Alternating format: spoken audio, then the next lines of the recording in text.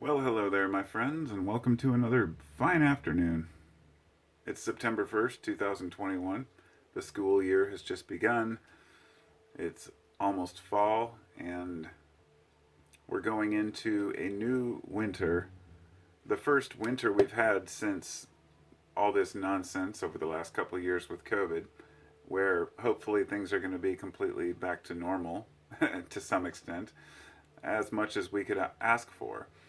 And the reason I say this is because normalcy is what we desire.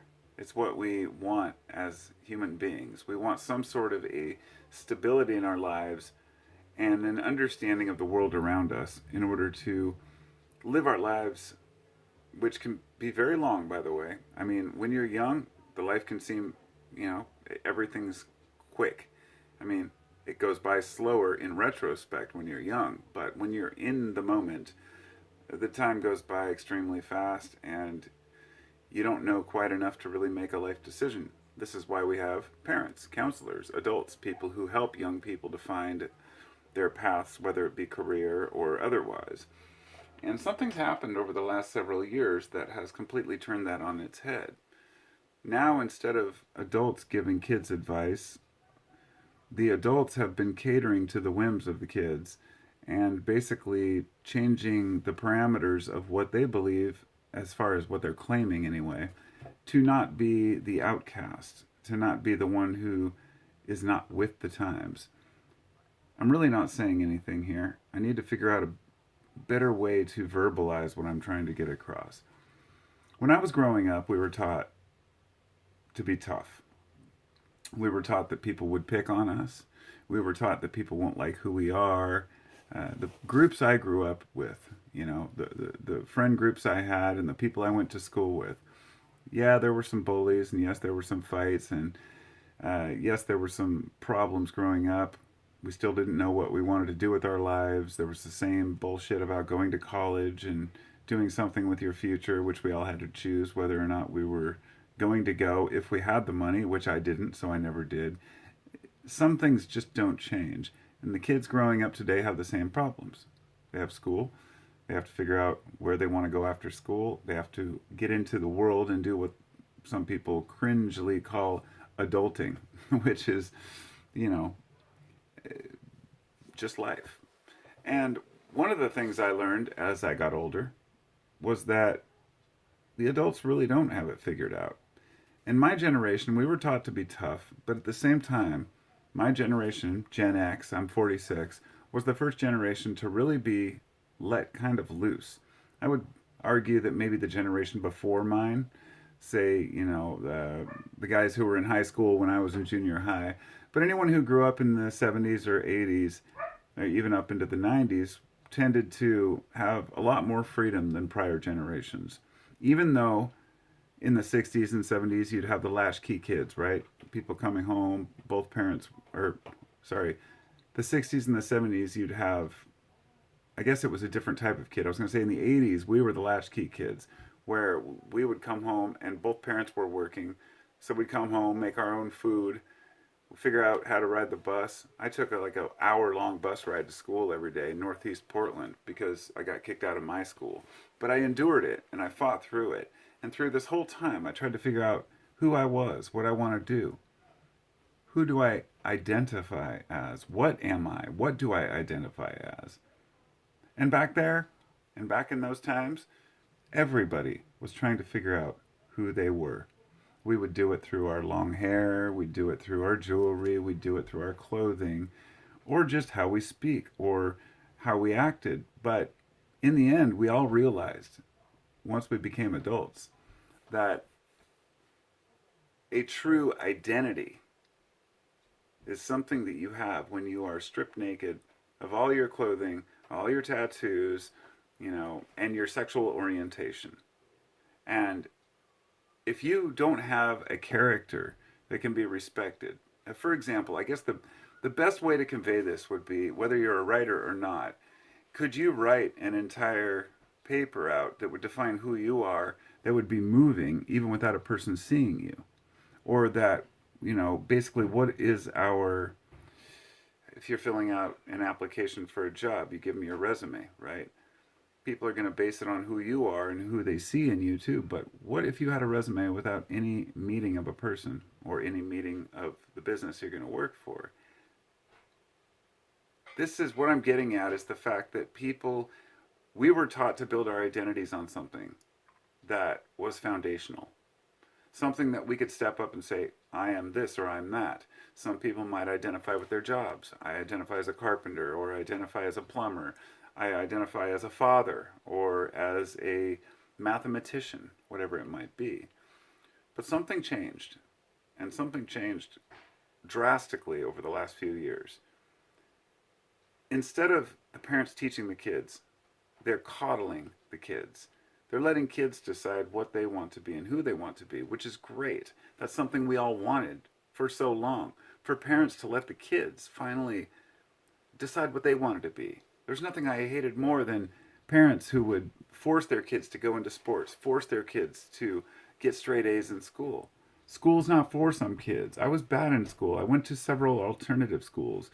I had my own problems, but even though my parents kind of let me be, they still put me in line, or at least my mom did. My father passed when I was in, freshman.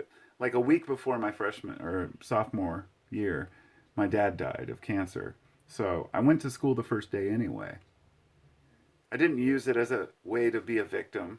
I didn't use it as a way to say, oh, well, poor me, I lost my dad, even though I could have and I probably should have. But my mom and I talked about it and said, it's better to go and just keep consistency going. Be tough and fucking endure it. And that's what I did. And maybe that's why at 46 years old, when I see the kind of bullshit that young people are posting online about others, that, the same kind of stuff that I would have said when I was young, which is get out the geriatrics, get the old people out of politics, and we've got too many white men running as CEOs and owning all these corporations, and basically blaming everything on gentrification, racism, culturalism, and even supporting feminism as females were finally able to get a foothold and even vote back during suffrage. Then they become part of the working force, and then we started to talk more about equality. I was there during the time when affirmative action took hold, and people were finally able to feel like they could get equal employment opportunity, even if they're a different color. Now I've stepped back and looked at both of those things and realized that they're both damaging. And that's an unpopular opinion. No, I do not any longer believe that businesses should be forced to hire someone based on their race or their gender. And I also don't believe that women today are as oppressed as a lot of people would make it out to be. The feminist movement was my first glimpse into how bad things have gotten. When I see these young girls that are screaming about how men are the problem with the world and men are horrible, men are crap. And I know it's a very small minority doing this, but there's a point to this. It doesn't matter how few people believe or say something, because generally the people with the least to say speak the loudest and continuously repeat their nonsense. It's the same way that if you go and you look at reviews, you'll find a lot of negative reviews on things because most people who have a positive experience don't want to bother to leave a review. But the minute you feel slighted or that something has happened to you personally, you're going to go right online and complain about it. And that's how the society works right now. So to get to my point here, which I'm trying to do it softly without attacking anyone, because that's generally not my intention. But today, there has been a major shift in youth claiming that, I guess, things should change and change quickly. And I look back to when I felt this way too. There were even times within, with a decade or two ago when I'd say, hey, if the whole system has to fall apart and, we have to redistribute wealth, so be it. And, screw these big corporations and, destroy the government. And let's just have anarchy and everybody live their own lives. I never really believed it 100%, but it was kind of where I was leaning. And I realized this, and a lot of you might share this sentiment. When you've built something that's just so crappy and you're trying to make an art piece and it just keeps falling apart, sometimes you just smash it down and you start over. But the idea we could do that with society is just ridiculous. As an artist myself, even behind me, I've got several guitars. A lot of them are unfinished. Some of them are messed up. Do I scrap them and start over? No. But my buddy Kevin, he does. Kevin, shame on you. I'm joking. We both started building guitars around the same time, and he's made a few mistakes on the same type, and he's dedicated and consistently trying. And Kevin and I, as friends, have both grew up in the same time where both of our fathers died around the same age, and we were both pushed to, be good men. In other words, when him and I get together, we respect each other and other people. He's the kind of guy that's like, oh, yes, sir, no, sir, yes, officer, even if he doesn't respect the cop, that kind of thing. We learned values and morals, and most of all, manners, and respect. And I see so many of the youth today just don't have that anymore. They want to scream shit like ACAB, all cops are bastards. This is a perfect example. When I went down to the riots, which weren't riots at that point, this was on June 1st, 2020. This was during or was it 21? I don't recall now. It's been so long, but it was during the early pandemic, so it must have been 2020. And I went to Portland to do some photography. I brought my good camera and went down there with my son and some other people, and we filmed everything from the front lines, from the times when everybody was raging at the fence to the times the cops tear gassed us, to where I was flushing my eyes with milk and water, and for just being there, When I went down, I had an anger towards the police. By the time those protests were over, I had an anger towards the protesters. Not all of them. Believe me, and this is something I want to make very clear. I'd say 99%, and I don't take that number lightly, 99% of the people who were down there protesting were doing it peacefully, really intended on reducing police violence, wanted to bring things to a better head in this country, to actually improve the state of relations between the police and the people. The 1% of people, the guys in black hoodies, the people who claim to be Antifa, which is just a misnomer, completely ridiculous. These are just the angry youth. These are the small ones who represented the larger protest. And to a lot of people who are on the right, they claim that everyone down there protesting is just a bunch of Antifa looters and rioters. And it's not true. It was never true. But I'm using this example to show how the same claim is made towards the youth of today. That, look, they're all just a bunch of spoiled kids and they just want to be, get something for nothing and be recognized for, bullshit achievements, whatever it might be, the participation trophy syndrome. And especially leading into the idea that young people can decide what gender they are. And this has become a major contentious issue, to the fact that me even saying that brings it out in the open. I don't believe that gender is a social construct, but I do understand that portions of it are. A good example was people saying that the gender is a social construct and the colors blue and pink and the toys you play with don't matter.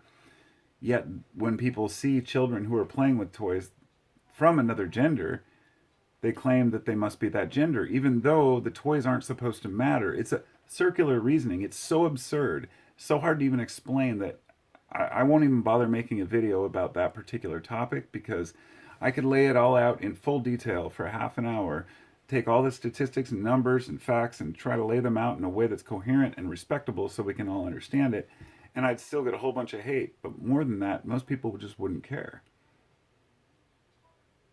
We're at a point now where people just don't want to hear each other out on those topics. People believe what they believe. And I have a high respect for everyone. I have a strong empathy for all human beings. Whatever you want to identify as, whatever job you want to take, whatever, things you want to do with your life. You want to go out and live in the woods by yourself? Do it. You want to go out and party all the time? Do it. Life is short. And I'm not here to step in the way of anyone else who's doing what they want to do. But don't you dare come back on me for not using the right pronoun, or for maybe feeling slighted by something I said, right? Which is what they do to a lot of people. And I'm saying a small percentage. of folks who are using victimhood as a way, as an identity, basically. Victim has become an identity for a lot of people. And it's not fair to those who are in the same group who aren't victims. It's not fair to the people who really make a large effort to figure out who they are and maybe take big steps in life and take risks to discover what they really want to do. Kids today, a lot of them, and as I said, I'm not talking about all youth, but just want to be just, given free reign to write the laws and the rules and tell companies what they can and can't say, and to dox people on Twitter because they made a comment that somebody perceived as racist or hateful, even when the person who's doxing them doesn't even have anything to do with people in that group. Not only are we being victims, or at least a lot of people are playing the victim card, but they're playing the victim for other people. For other people. This is where the term social justice warrior came from. And for the first few years I heard that term, I agreed with it. I said, hey, good for them. People should stand up for others. And I'm glad that there's social justice out there. And yes, people need to be doxxed. And yes, people need to be called out. But then I realized people aren't happy with just calling out the bad guys. They want to make an enemy. They want to create an enemy. And that's where we're at right now. This is why I can watch a video with somebody talking about how liberals are this and liberals are that and they're destroying our country. And I watch right-wing media, and then I'll go and watch left-wing media and be like, they're saying the exact same thing about the right. And you're like, meanwhile, the rest of us human beings in this country just want that shit abolished. We just want to live in a place where the people aren't worrying about the next election or how to get favoritism or how to get sympathy or catering to the masses by bailing out college students who took a legitimate loan, who signed up to pay for something.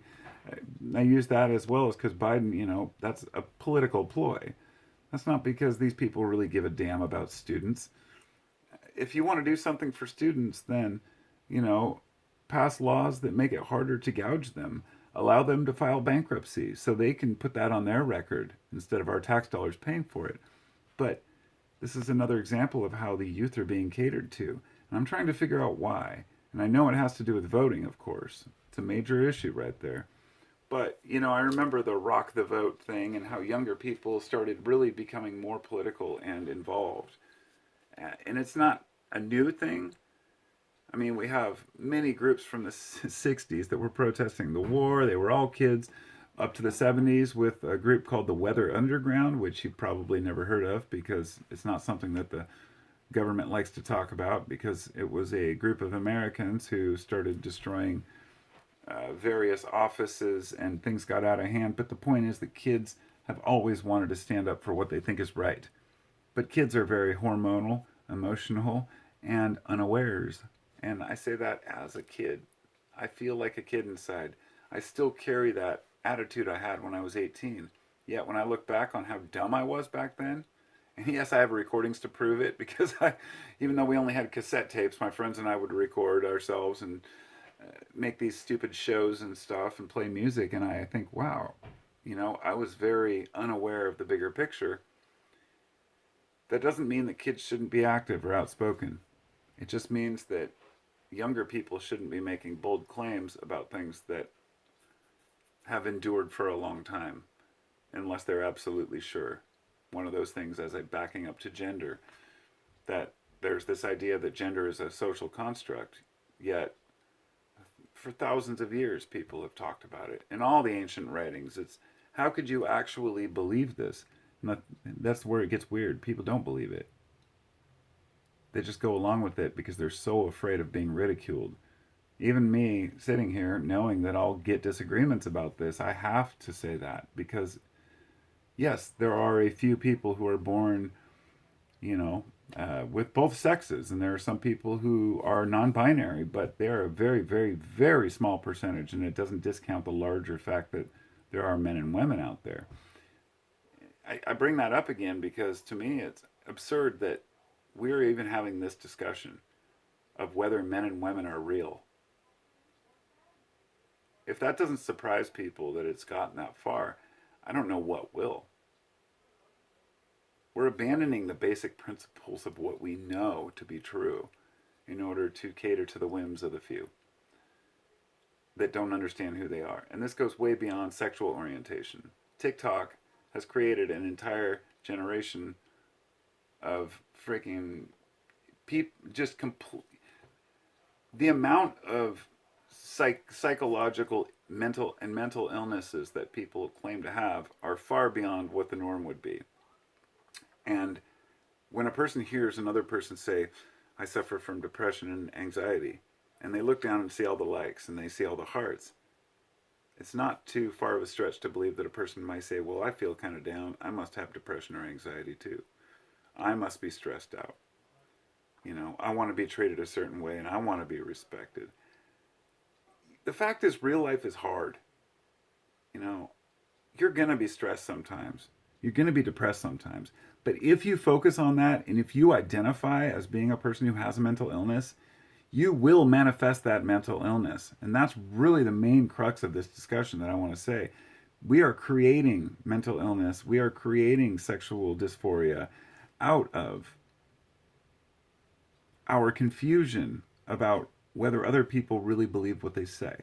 Because we're not speaking face to face with people's honest thoughts. We're listening to YouTube and TikTok videos where people are saying, oh, well, I just had to, do this and I was happy, or I had to do this and I was happy.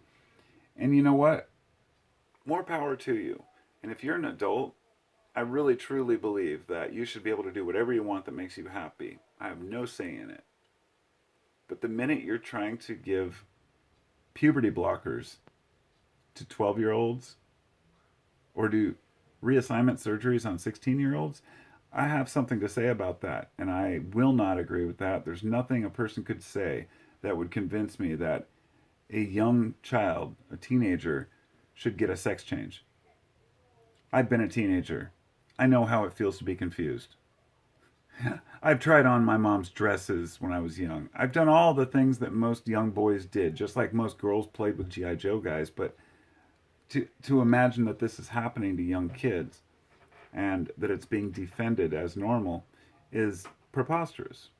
It really is. And so, like I said, identity isn't your clothes. It's not your music, and it's not your gender. Your identity is what happens when you shave yourself bald. You're thrown into a dark room with another person.